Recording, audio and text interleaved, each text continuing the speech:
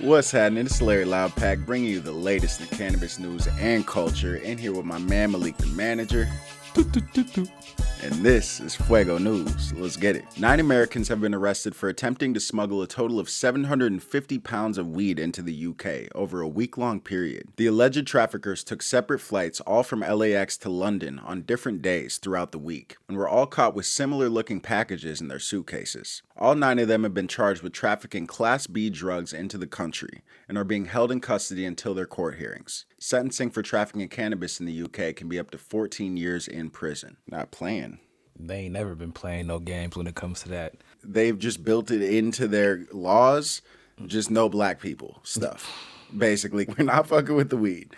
No guns around here. No. I think you get in trouble if you slap bass too heavy and you got wheels over 20 inches. Are you serious? I'm just playing. I thought they was real life uptight like that over there. You know what I'm saying? I thought that would be real racist. You can't.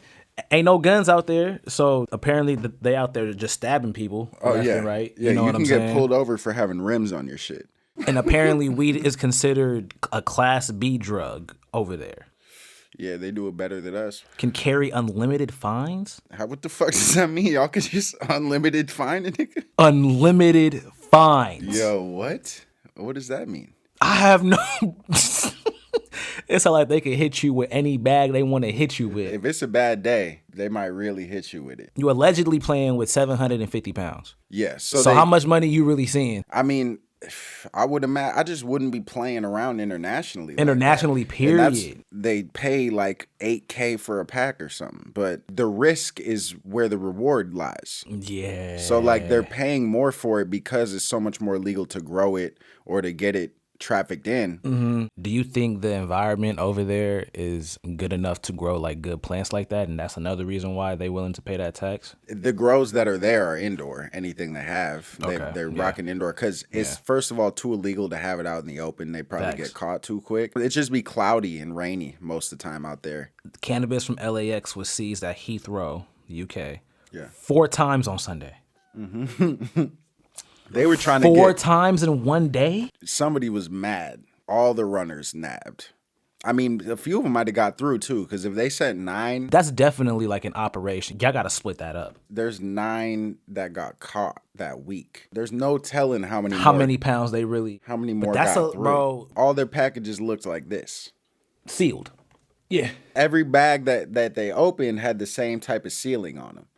So they was like, this seems kind of connected. Nigerian customs seized over 600 pounds of cannabis on a busy highway in the central part of the nation. Suspects were pulled over between the cities of Lokoja and Abuja and fled the scene, abandoning the truck with all their units. The suspects were never apprehended and are still at large. They got away. Apparently, they let the citizens around town hey, these people are on the loose. Look out for them. Oh, they put the lookout? They put the lookout for them. Nobody turning them in. Nobody gonna snitch on the people that got the weed. What are you talking about? I would like to see this movie, honestly. I want to see where the farm is at. I'm trying to see them really get busy over there. Yeah, where did 600 packs come from originally? You know what I'm saying? Where were they going to? Because I want to see the dude. This interests me. I want to see this movie. There's a lot of risk over there, and even with the risk, Nigeria is one of the largest African producers of illicit marijuana, allegedly. Yeah.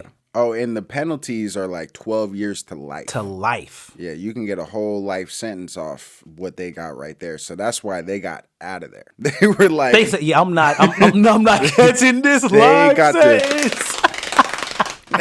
They got to moving. Yo, I'm not playing. I'm not playing. I'm getting out of there. You were absolutely right, bro. Nah. To life? 12 years to life. That's a huge jump. That's a big gap. That's a big gap, bro. You can't just go from 12 to life. Their life expectancy might be a lot lower, too. Apparently, their state commander also noted that any politicians using cannabis as an incentive to gain the support of young people in upcoming elections will be going to jail. after the ballots are casted. Just until ballots are casted? That's weird. Let's say you do that for an election scheme or something. They gonna throw you in jail, and then after the election, they getting you out. Y'all just trying to finesse the election real quick? Just You know they probably fix it over there? An election is not an election in most of those countries. Because that scamming community. Where was this grown at? Was this taken in from another country, or was this being exported? Like we gonna find out.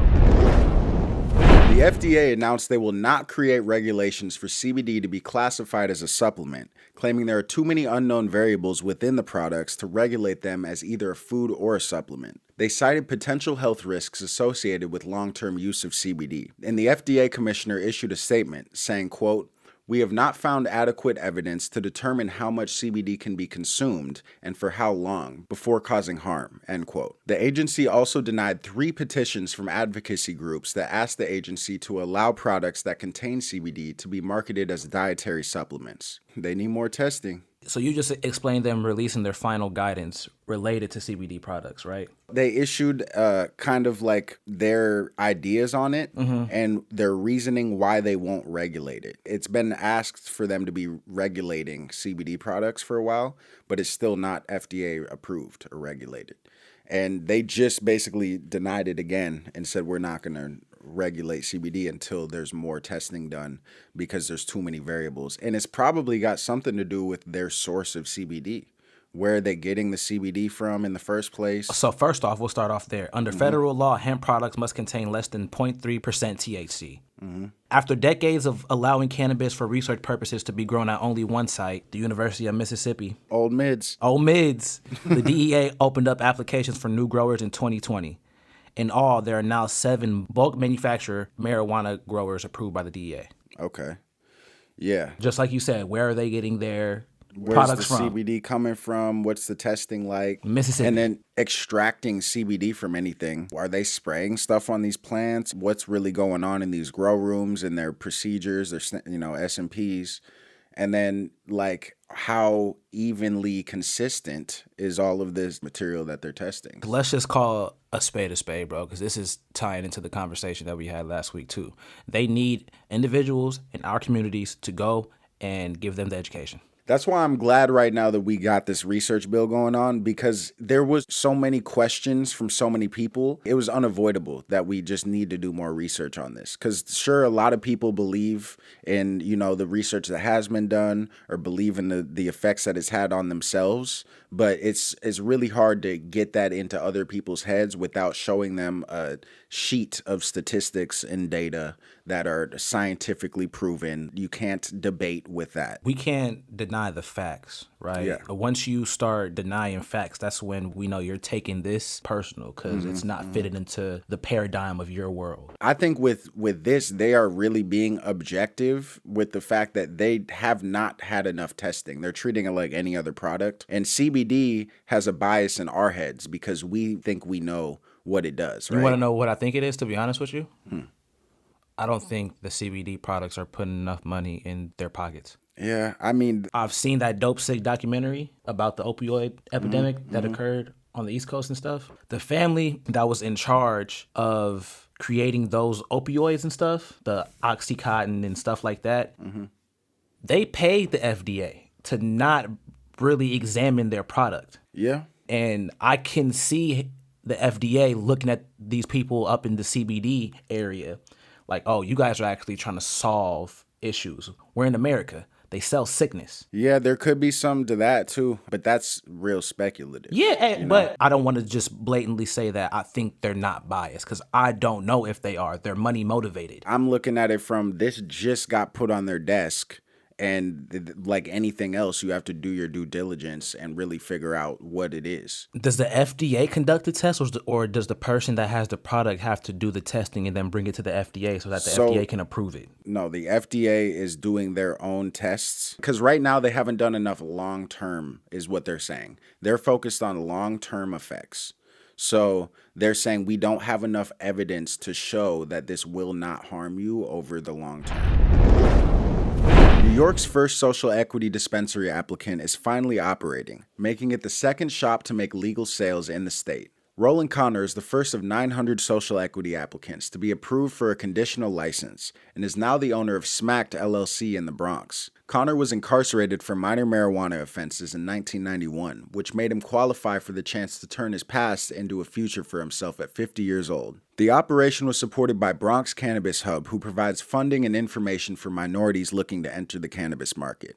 Officials recently selected 10 teams to build out 150 storefronts for social equity businesses to operate out of once the market is ready for more volume. A total of 36 organizations have received the conditional adult use retail license issued by the Cannabis Control Board, but have not yet opened their doors for business. Finally, this is something that we definitely need to start seeing much more of. Yeah. The first New York dispensary owned by somebody that was really affected by the cannabis regulations, for better words. Yeah. So we definitely appreciate it.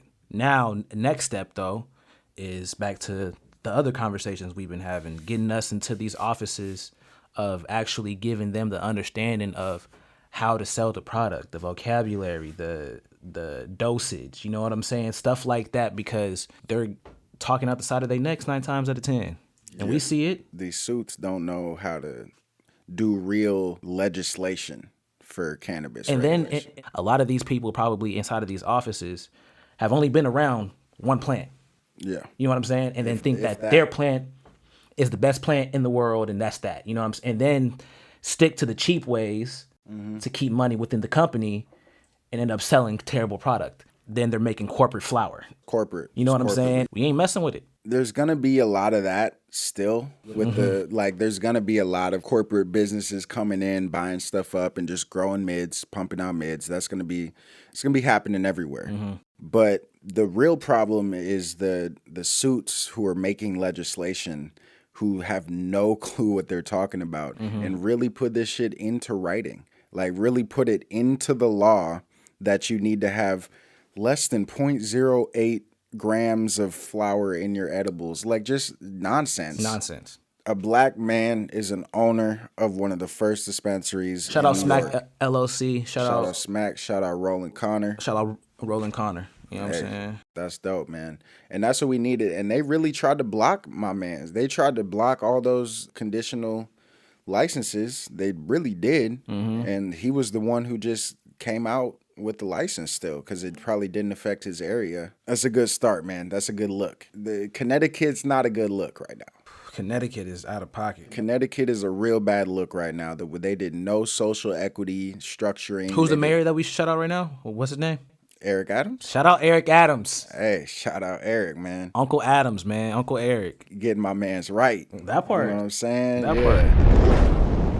The first legal sale of medical cannabis was finally made in Mississippi on Wednesday, January 25th, over a year after the medical use was approved by the state. The sale was made in Brookhaven, Mississippi, at a dispensary called the Cannabis Company. 2 other dispensaries in the state made their first sales shortly after. The initial sale was delayed about 2 hours by an issue between the POS system and the metric tracking system, but things are now operational. Program launched Wednesday with at least 3 dispensaries selling product. The Cannabis Company, as well as Hybrid Relief and Starbuds. What cities are they in? In Oxford. Those cities sound too smart for Mississippi. Brookhaven and Oxford. The farm that's making the flour, they also have operations in Arkansas, Louisiana, and Missouri. What was their name again? Good Day Farm. We were just talking about Mississippi just the other week and how people were getting scammed trying to get medical cards. But then once you got the medical card, you couldn't even actually buy anything because no dispensaries were open yet. So a year later, they finally got the dispensaries open. They only have 1,000 medical patients still. 1,700. Oh, they now have 1,700? Okay. Yeah. Okay. They had 1,000 last time we were reporting on it. Man. So now that the dispensary is about to open, they probably got more people like, all right, I'm going to go get the card. There was only 400 patients in October, bro. That's crazy. But they couldn't do nothing with it. Yeah. So there was nothing. There was nothing really, to really there was no reason to be concerned have a about, medical card. Yeah. But yeah, that's dope. At least they're getting their numbers up. People can finally start getting some medicine. Hopefully people don't get scammed no more for no fake Yeah, y'all got to tighten that up, man. Finally got some loud moving after y'all were talking about. Hey, we don't know if it's loud. It's still medical weed. Got some product moving. They got product moving. Some product moving. That's what we can appreciate. That's all we know. That's all we know. I'm not about to sit here and say that they got the loud on when they known for the mids. Mids is sippy. Thanks for watching. Thanks for listening. Check in next week. Shout out 03 Greedo. Free my mans. No, he out. They freed him? They freed 03. Greedo's out? Greedo's out. Let's fucking go.